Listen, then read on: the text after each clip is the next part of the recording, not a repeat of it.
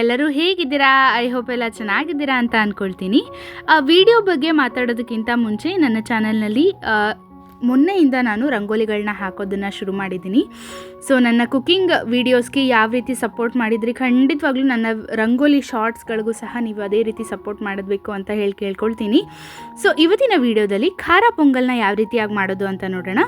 ಮೊದಲಿಗೆ ನಾನು ಖಾರ ಪೊಂಗಲ್ ಮಾಡಲಿಕ್ಕೆ ಒಂದು ಬೌಲ್ಗೆ ಒಂದು ಸಣ್ಣ ಕಾಫಿ ಲೋಟದಷ್ಟು ಹೆಸರುಬೇಳೆ ತೊಗೊಂಡಿದ್ದೀನಿ.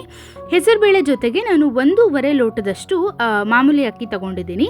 ಸೊಸೈಟಿ ಅಕ್ಕಿ ಏನು ಬಳಸಿಲ್ಲ, ಮನೆಯಲ್ಲಿ ಮಾಮೂಲಿಯಾಗಿ ಅನ್ನ ಮಾಡೋದಕ್ಕೆ ಯೂಸ್ ಮಾಡ್ತೀವಲ್ವ, ಆ ಅಕ್ಕಿನ ಬಳಸ್ಕೊಂಡಿದ್ದೀನಿ. ಇದೆರಡನ್ನೂ ಹಾಕಿಬಿಟ್ಟು ಒಂದು ಸಲ ಚೆನ್ನಾಗಿ ನೀರು ಹಾಕಿಬಿಟ್ಟು ಒಂದು 5-6 ಸಲ ಚೆನ್ನಾಗಿ ವಾಶ್ ಮಾಡಿಕೊಂಡು ಇದನ್ನು ಒಂದು ಅರ್ಧ ಗಂಟೆನಾದರೂ ನೆನೆಲಿಕ್ಕೆ ಇಟ್ಕೊಳ್ಬೇಕು. ಅಕಸ್ಮಾತ್ ನೆನೆಲಿಕ್ಕೆ ಇಟ್ಕೊಳಕ್ಕೆ ಆಗೋದಿಲ್ಲ ಅಂದರೆ ಇನ್ಸ್ಟೆಂಟಾಗಿ ಮಾಡ್ಕೊಳ್ಬೇಕು ಅಂದರೆ ಒಂದು 4ರಿಂದ ಒಂದು 5-6 ವಿಷಲ್ ಹೊಡ್ಸ್ಕೊಂಡ್ಬಿಟ್ರೆ ಆಗೋಗ್ಬಿಡುತ್ತೆ.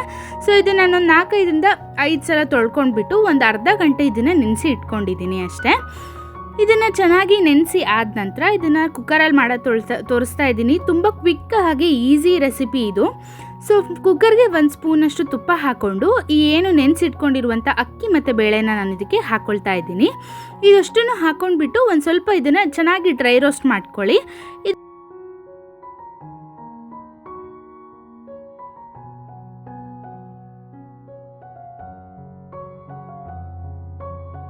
ಇದನ್ನು 1-2 ನಿಮಿಷ ಚೆನ್ನಾಗಿ ಹುರ್ಕೊಂಡಾದ ನಂತರ ಇದಕ್ಕೆ ನಾನು 1 ಕಡ್ಡಿಯಷ್ಟು ಕರಿಬೇವಿನ ಎಲೆ ಹಾಕ್ಕೊಳ್ತಾ ಇದ್ದೀನಿ.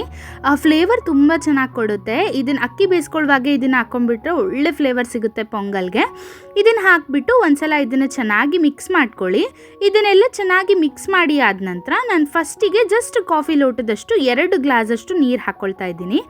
ಇದನ್ನು ನೀರು ಹಾಕಿಬಿಟ್ಟು ಇದನ್ನು ನೀರಿನಲ್ಲಿ ಒಂದು 5-10 ನಿಮಿಷದವರೆಗೂ ಚೆನ್ನಾಗಿ ಕುದಿ ಬರಲಿಕ್ಕೆ ಬಿಟ್ಬಿಡಬೇಕು. ಹಾಗೇನೂ ಹಾಕಿ ವಿಷಲ್ ಒಡ್ಸ್ಕೊಂಡು ಮಾಡ್ಕೊಳ್ಬೋದು, ಬಟ್ ಈ ರೀತಿಯಾಗಿ ಒಂದ್ಸಲ ಟ್ರೈ ಮಾಡಿ ನೋಡಿ, ತುಂಬ ಅಂದರೆ ತುಂಬ ಚೆನ್ನಾಗಿರುತ್ತೆ. ಈ ರೀತಿ ಚೆನ್ನಾಗಿ ಕುದಿ ಬರ್ತಿದೆ ಅನ್ನುವಾಗ ನಾನು 1.5 ಲೋಟಕ್ಕೆ ಸುಮಾರು 5 ಸಣ್ಣ ಲೋಟದಷ್ಟು ನೀರು ಹಾಕ್ಕೊಂಡಿದ್ದೀನಿ. ಇದಿಷ್ಟನ್ನು ನೀರು ಸ್ವಲ್ಪ ಜಾಸ್ತಿನೇ ಹಾಕ್ಕೊಳ್ಳಿ. ನಮ್ಮ ಮನೇಲಿ ತೆಳುವಾಗಿ ಇಷ್ಟಪಡೋರಿದ್ರೆ ನೀವು ನೀರು ಜಾಸ್ತಿ ಹಾಕ್ಕೊಳ್ಳಿ. ಸ್ವಲ್ಪ ಗಟ್ಟಿ ಬೇಕು ಅಂದರೆ ನೀವು ನೀರನ್ನ ಕಡಿಮೆ ಹಾಕ್ಕೊಳ್ಬೋದು. ಇದೆಲ್ಲದನ್ನು ಹಾಕಿ ಆದ ನಂತರ ನಾನು ಇದಕ್ಕೆ ಎಷ್ಟು ಬೇಕೋ ಅಷ್ಟು ಉಪ್ಪು ಹಾಕ್ಕೊಳ್ತಾ ಇದ್ದೀನಿ. ಒಂದು ಅರ್ಧ ಹಿಡಿಯಷ್ಟು ಕಲ್ಲುಪ್ಪು ಹಾಕ್ಕೊಂಡಿದ್ದೀನಿ. ಜೊತೆಗೆ ಒಂದು 1/4 ಚಮಚದಷ್ಟು ಅರಿಶಿನ ಪುಡಿನ ಹಾಕ್ಕೊಂಡಿದ್ದೀನಿ. ಇದೆರಡನ್ನೂ ಹಾಕಿಬಿಟ್ಟು ಒಂದ್ಸಲ ಇದನ್ನು ಚೆನ್ನಾಗಿ ಮಿಕ್ಸ್ ಮಾಡಿ ಕುದಿ ಬರಲಿಕ್ಕೆ ಬಿಟ್ಬಿಡಬೇಕು. ಇನ್ನೇನು ಒಂದು ಕುದಿ ಬರ್ತಾ ಇದೆ ಅನ್ನೋ ಟೈಮ್ನಲ್ಲಿ ನಾವು ಲಿಡ್ನ ಕ್ಲೋಸ್ ಮಾಡಿ ಸುಮಾರು 3-4 ವಿಷಲ್ ಹೊಡ್ಸ್ಕೊಳ್ಳಿ. ನೀವು ಅಕಸ್ಮಾತ್ ಅಕ್ಕಿನ ನೆನೆಸಿಲ್ಲ ಅನ್ನೋದಾದರೆ ಒಂದು 5-6 ವಿಷಲ್ ಹೊಡ್ಸ್ಕೊಳ್ಳಿ. ನಾನು ಅಕ್ಕಿ ನೆನೆಸಿದ್ರಿಂದ 3-4 ವಿಷಲ್ನ ಹೊಡ್ಸ್ಕೊಂಡಿದ್ದೀನಿ. ಇದು ವಿಷಲ್ ಆಗಿ ಅನ್ನ ಆಗೋ ಅಷ್ಟರಲ್ಲಿ ನಾವು ಇದಕ್ಕೆ ಒಗ್ಗರಣೆ ಹಾಕ್ಕೊಳ್ಳೋಣ. ಮೊದಲಿಗೆ ಒಂದು ಪ್ಯಾನ್ಗೆ ನಾನು ಒಂದು 3 ಟೇಬಲ್ ಸ್ಪೂನ್ನಷ್ಟು ಎಣ್ಣೆ ಹಾಕ್ಕೊಂಡಿದ್ದೀನಿ. ಎಣ್ಣೆ ಇದ್ದಷ್ಟು ಚೆನ್ನಾಗಿರುತ್ತೆ, ಸೊ ಅದಕ್ಕಾಗಿ 3 ಟೇಬಲ್ ಸ್ಪೂನ್ ಹಾಕ್ಕೊಂಡಿದ್ದೀನಿ. ನಂತರ ಇದಕ್ಕೆ ಒಂದು 1/4 ಚಮಚದಷ್ಟು ಜೀರಿಗೆ, 1/4 ಚಮಚದಷ್ಟು ಕರಿಮೆಣಸು ನೀವು ಹಿಡಿಯಾಗಿನೂ ಹಾಕ್ಕೊಳ್ಬೋದು, ಇಲ್ಲಾಂದರೆ ಕ್ರಷ್ ಮಾಡಿನೂ ಸಹ ಹಾಕ್ಕೊಳ್ಬೋದು.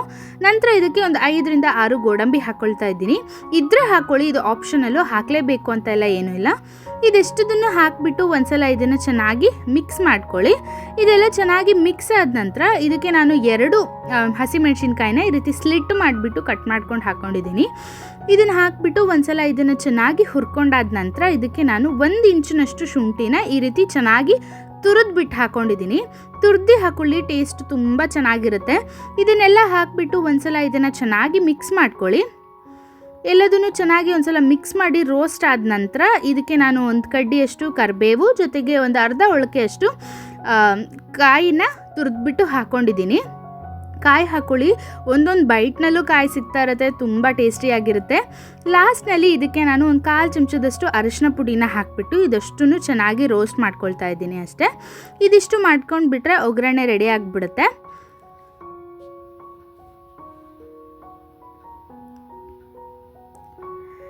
ಇಲ್ಲಿ ನೋಡಿ, ಒಂದು 3-4 ವಿಷಲ್ ಆದಮೇಲೆ ಸ್ವಲ್ಪ ತೆಳುವಾಗೇ ಇದೆ, ಆಮೇಲೆ ಇದು ಗಟ್ಟಿ ಆಗುತ್ತೆ.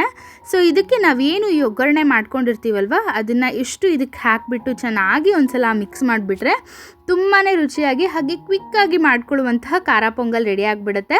ಸೊ ಈ ರೆಸಿಪಿ ನಿಮಗೆ ಇಷ್ಟ ಆಗಿದ್ರೆ ಮನೆಯಲ್ಲಿ ಟ್ರೈ ಮಾಡಿ, ಹೇಗೆ ಬಂತು ಅಂತ ನನಗೆ ಕಮೆಂಟ್ ಮಾಡಿ ತಿಳಿಸೋದನ್ನು ಮರಿಬೇಡಿ.